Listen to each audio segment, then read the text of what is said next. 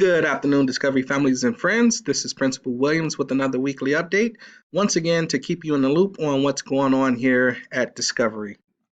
I would like to first share with you some data regarding our student discipline. If you look at the pie chart, it's broken into three sections: below the line, bottom line, and above the line behaviors. Below the line behaviors are those, minor incidents that may occur, say in the classroom, kids being off task or being a bit disruptive. Bottom line behaviors are those behaviors that are major, so like fighting or being disrespectful to staff, or what have you. And above the line behaviors are those behaviors that we want to see students exhibit. You'll notice that our below the line behaviors make up the largest percentage of this pie chart. And that's fairly common, regardless of the level. So if you're looking at elementary, middle school, or high school, you would expect for below the line behaviors to represent the majority of your student data. Bottom line, when you look at that, those are those behaviors that that are major, and it may subject a student to suspension, whether that's in school or out of school. Now, I want to just draw attention to the above the line. You see that it says 6. However, we track our above the line data a little bit differently here at Discovery, because we look for the above the line behaviors in growth, grit, integrity, and community. And students who are exhibiting those behaviors, we award them with the Soar Like an Eagle Award. And as of now, that's close to 100. So when you compare our above the line data to our bottom line data, that's a good thing. However, whether it's below the line or bottom line, we are always striving to help students to learn how to behave appropriately in the educational setting. So some of the things we do with our students is we reteach them the appropriate behavior. It's similar to a student who's struggling in the classroom academically.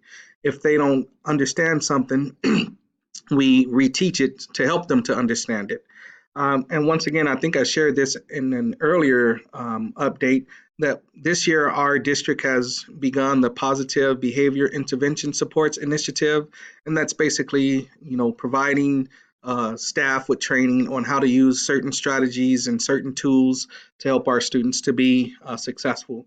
And also trauma training. A lot of our students who exhibit certain behaviors, there are some things that may be happening outside of the school that's impacting the way they are acting inside of the school.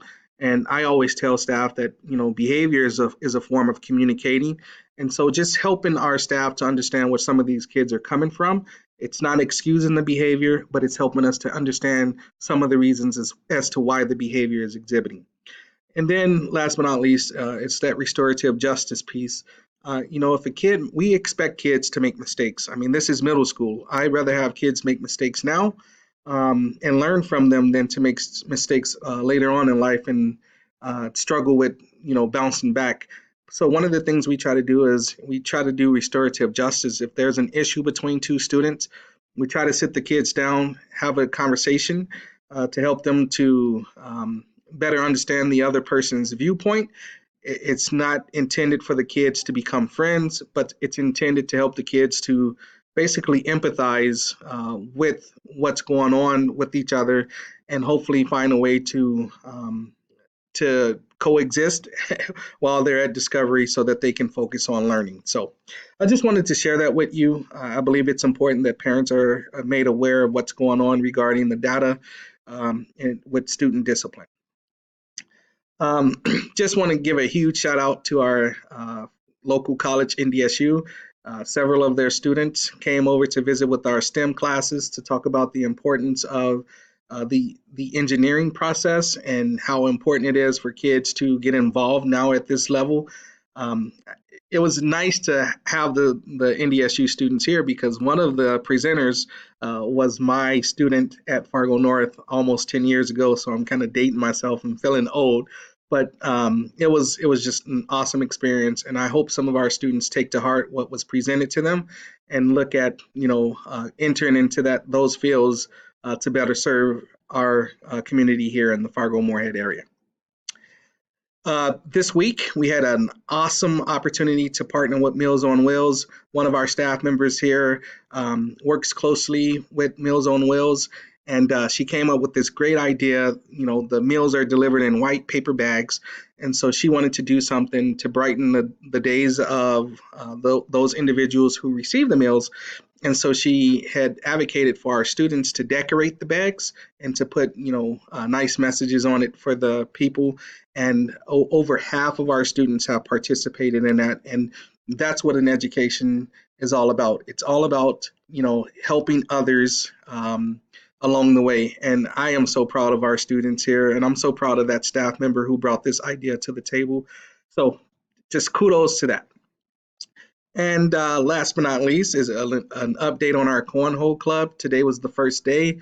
We had a room full of students who were eager to participate. And I hate to say this, but I'll say it. We had to turn a couple of students away because we didn't have enough boards for the kids.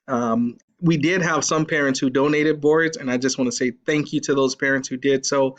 If you have some old boards in your garage or in your shed somewhere and you're not using them, please drop them off. We will more than likely. We would love to have them. That's what I'm trying to say.